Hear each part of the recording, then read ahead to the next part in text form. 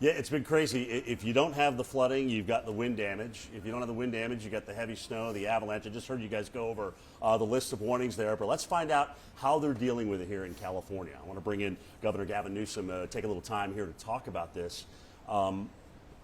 You know, it almost appears daunting because it's one right after the other. I wanted to, when's the first time you even heard of the words atmospheric river? We had some folks from Scripps down in Southern California come up and brief us when I was lieutenant governor, and they started introducing this nomenclature around these rivers, these more tropical rivers, and predicted this would be our future. And here we are, number 6 since around the New Year's, 3 more on the way, and that's in one very short period of time.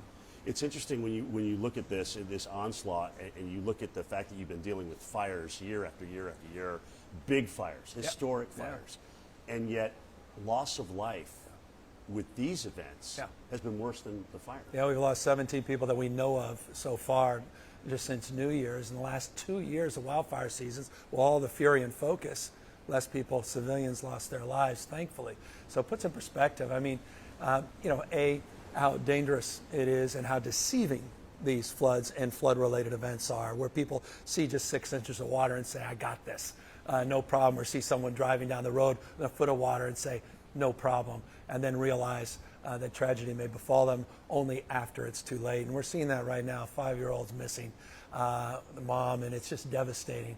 This sort of lived reality, the human element of all of this, the tragedy, not suggesting all of this could be prevented, but a lot of it could be just through common sense, not necessarily in that case, but as it relates to going about, I think, our day-to-day lives within the next few days a little bit more cautiously than we otherwise would. Yeah, I mean, we're kind of in the middle of this, if you think about it, right? This started December 27th. You actually had a huge press conference kind of getting everybody together and getting everybody on board, which I thought was fantastic. What has been your biggest challenge thus far? Scale. It's California, just scale. North, south, the western part of the state, meaning the coastal side. Big state. Yeah, and the inland and the rural parts of the state. So, you know, we're monitoring different conditions. You got Montecito and the 5th anniversary of that 2018 tragic lost 23 lives the same day 5 years later. And then same time, right now, biggest thing in my consciousness is 2 rivers that may crest at flood stage up there, the Russian River area in Northern California, and one just down the road here in the Salinas River. And then tomorrow, we'll have a different set of facts, different set of challenges, and that's the nature of scale.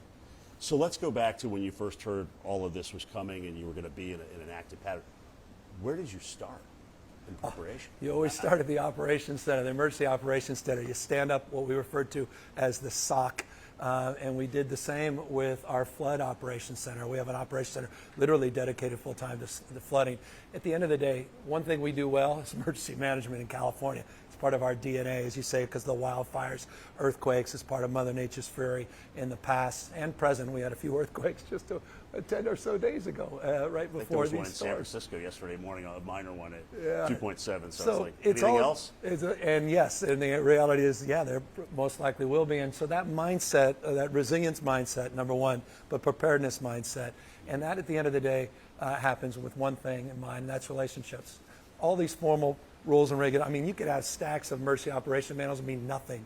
It's about Bob knowing Jill and their capacity to work together across their differences, have their latest cell phone number, and just have a sense of their relationship at the moment of impact. And we have now relationships with the federal government and FEMA, second to none, relationships with each other, mutual aid, local law enforcement, working with the regional state agencies, and of course the White House with their hand out, not a closed fist, not playing games with this, not saying, well, you know, you guys, you know, you remember the last 4 years. It was a little different during the Trump years. Let's leave it at that.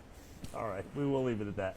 In terms of response, in terms of how you kind of corralled the troops, if you will, and got everybody together, are you happy with the way that it's gone so far? Do you have enough resources? Yeah, we do. I mean, you know, with the National Guard, the incredible work with the federal agencies. I mean, the fact that FEMA is hand in glove. The Region 9 FEMA director, Bob Fenton's a rock star, as good as it gets. He was basically living with us for 2 years during the pandemic as well out here on the West Coast. So those relationships create a resourceful mindset, but also provide the resources in terms of search and rescue teams and helicopters being pre-positioned. Allow us to have the capacity with CAL FIRE, that will be fighting fires, to be out there working hand in glove literally with Conservation Corps members and stacking those the sand into those sandbags and making sure we're doing the prophylactic work. Look, we always do after action reports. We're very sober and self-critical. No one's naive. Not everything goes perfectly, quite the contrary, but I'm really proud of the relationships locally and state and federally so far in this experience. I mean, each one of these atmospheric river events has a different set of challenges, as we've talked about. Yeah. Is there anything that's caught you off guard? And you're like, you know what? I wish I did a little bit more of this. I think for this it hasn't caught me off guard, but I think the most stressful thing around this is literally 6 or 7 weeks ago, the largest water agency in the state of California, LA's Met, announced they were extending the extreme drought emergency to 19 million people from 6 million people. That was weeks ago. We're in the middle of a 3-year mega drought in the entire west coast of the United States. How many segments have you guys been doing at Lake Mead and Powell and the Colorado River and aerification of the western United States and what's happening with land repurposing and the ag community and the economic impacts? I was just doing that a few weeks ago as well, and now there we are talking about historic floods and atmospheric rivers, now stacking 6 with 3 more on the way.